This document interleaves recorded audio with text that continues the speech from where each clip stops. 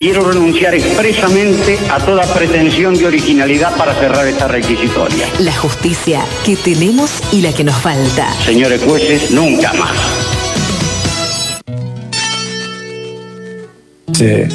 Se me tildó de sicario, se me tildó de psicópata, se me tildó de estar relacionado con ese grupo Revolución Federal, el cual no conozco.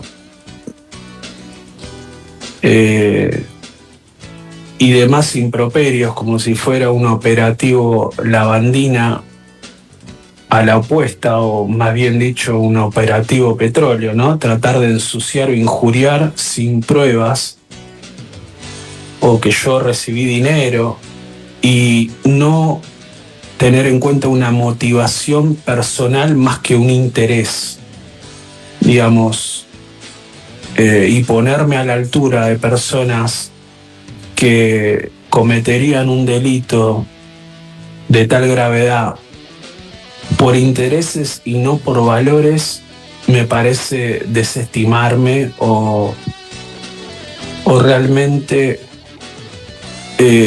poner en un lugar a una persona en el cual no la tiene. Creo que es un acto de justicia y no fue un acto en el cual traté de favorecerme económicamente o por otro lado. Sabac Montiel, el sentado en el banquillo por el intento de asesinato, magnicidio de la vicepresidenta Cristina Fernández de Kirchner. Nunca vi yo a alguien hacer tanto esfuerzo por adjudicarse un hecho y circunscribirlo a su sola persona. La verdad, voy a preguntarle a un juez si él en algún momento la tuvo tan servidita como un acusado, que se haga cargo de esa manera de un hecho tan grave. ¿Cómo le va, Oscar? ¿Qué tal? Buen día. ¿Cómo están? ¿Le pasó alguna vez o no?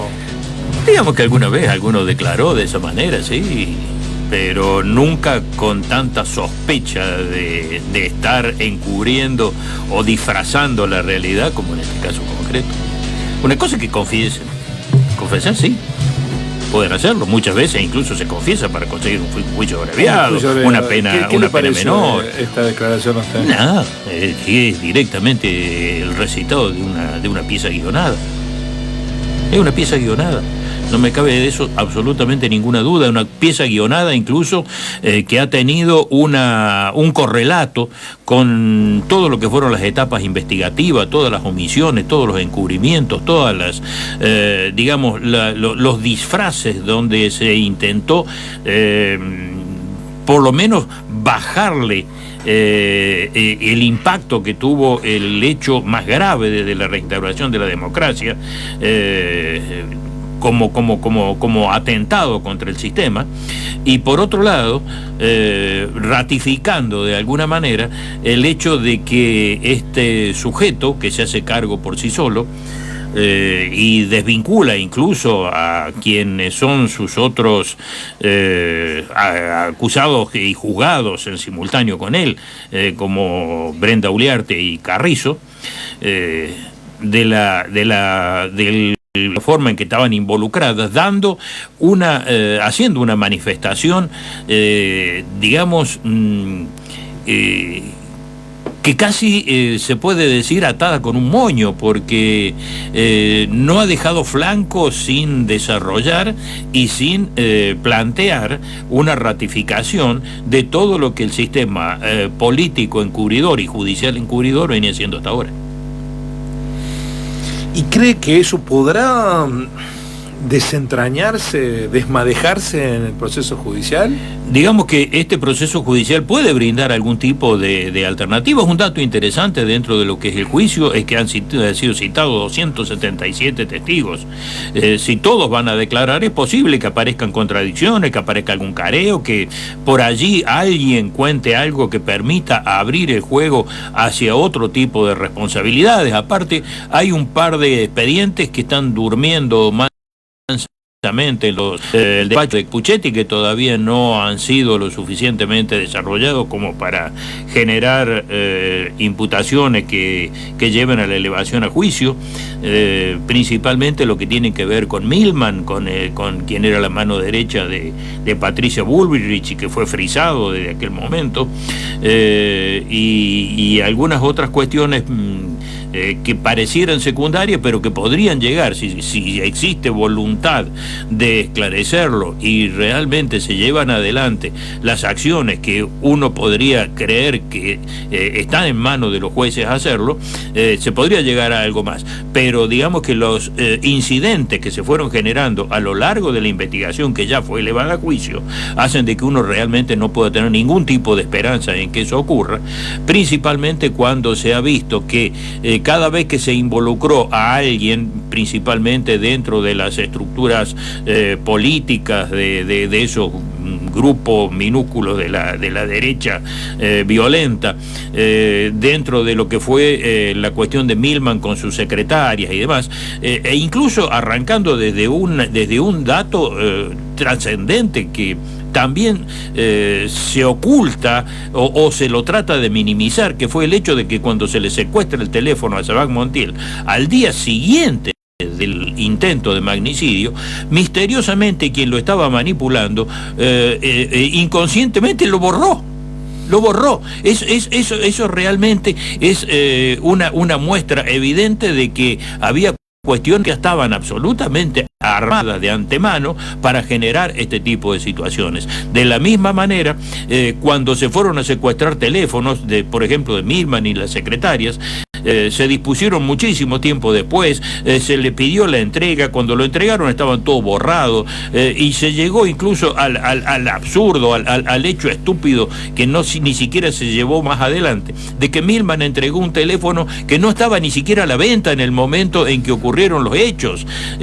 No solamente que estaban borrados como para que el teléfono no tuviera absolutamente nada, sino que ni siquiera, desde ese punto de vista, era absolutamente evidente que lo que entregaba no era el teléfono que disponía en aquel momento.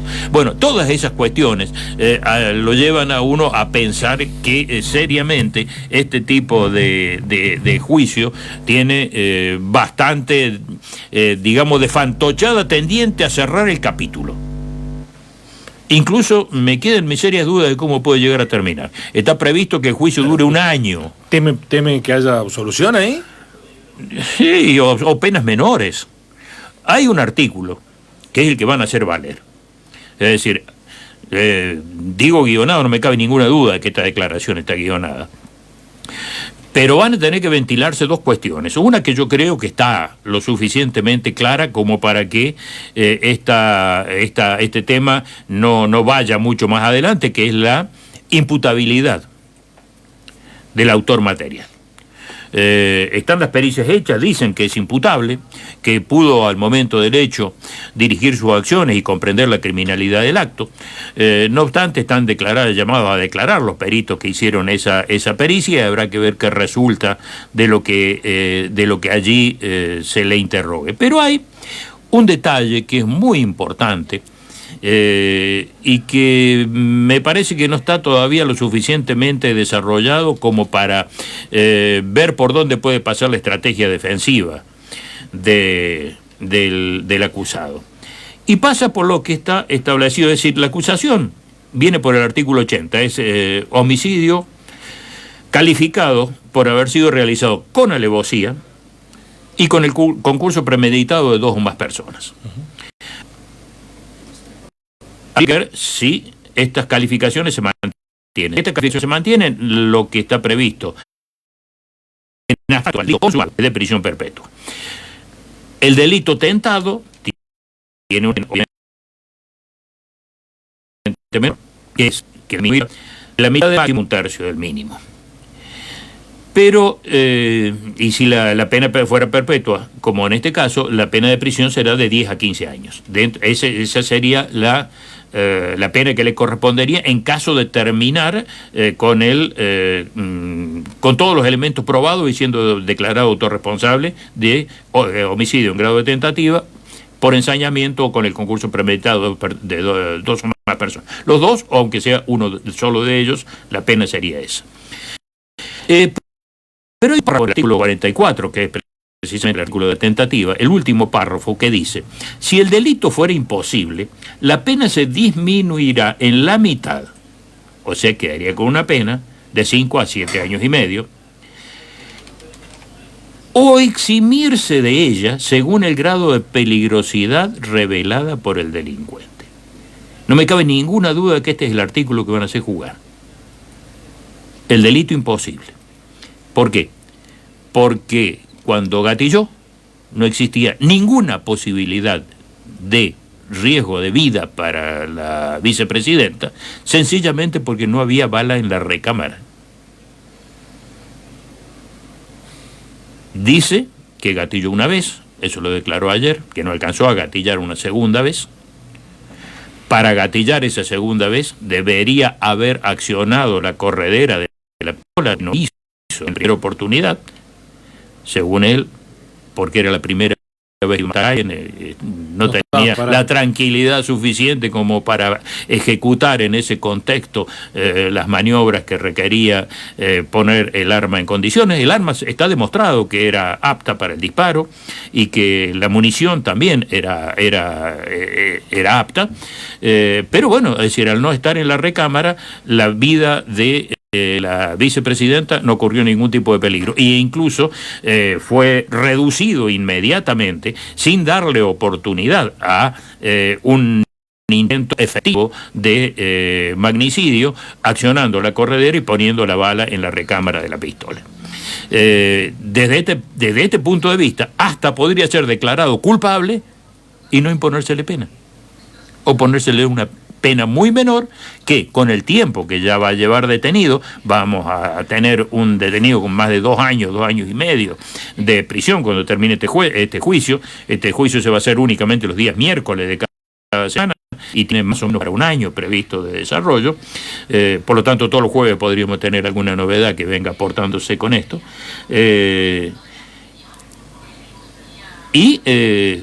Hasta podría irse con una libertad condicional eventualmente, en caso de imposición de una pena en la cual ya haya cumplido los 2/3 de la pena impuesta.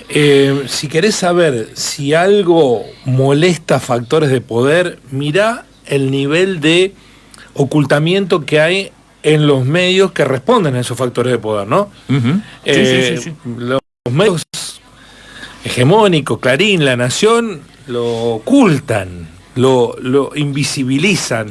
Lo sacan de agenda. Lo sacan de agenda. Exactamente. Eso es la mayor señal que hay gente del poder, además de este muchacho que utilizaron, uh-huh, involucrada en estas acciones. Por supuesto.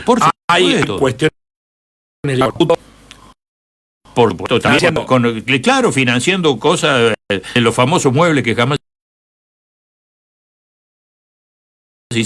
Bueno, eso sin ninguna duda en esto también complicidad del Poder Judicial por no haber investigado nada, o por haber investigado tarde, o por haber investigado maliciosamente mal y dejando muestras y evidencias por todos lados respecto de la tendenciosidad de la manera en que se investigó. Y no hay una sociedad tampoco predispuesta a exigir que ese tipo de cuestiones se investiguen por la bendita grieta, las mayorías que están inclinadas a pesar de la vida. Uno sigue entrando en las redes sociales y encuentra cantidades exuberantes de notas hablando del autoatentado y de la mar en coche, que nunca corrió riesgo, que todo fue una puesta en escena, que fue una utilización, etcétera. De lo cual incluso hasta a través de una experiencia personal puedo hacer referencia de eso.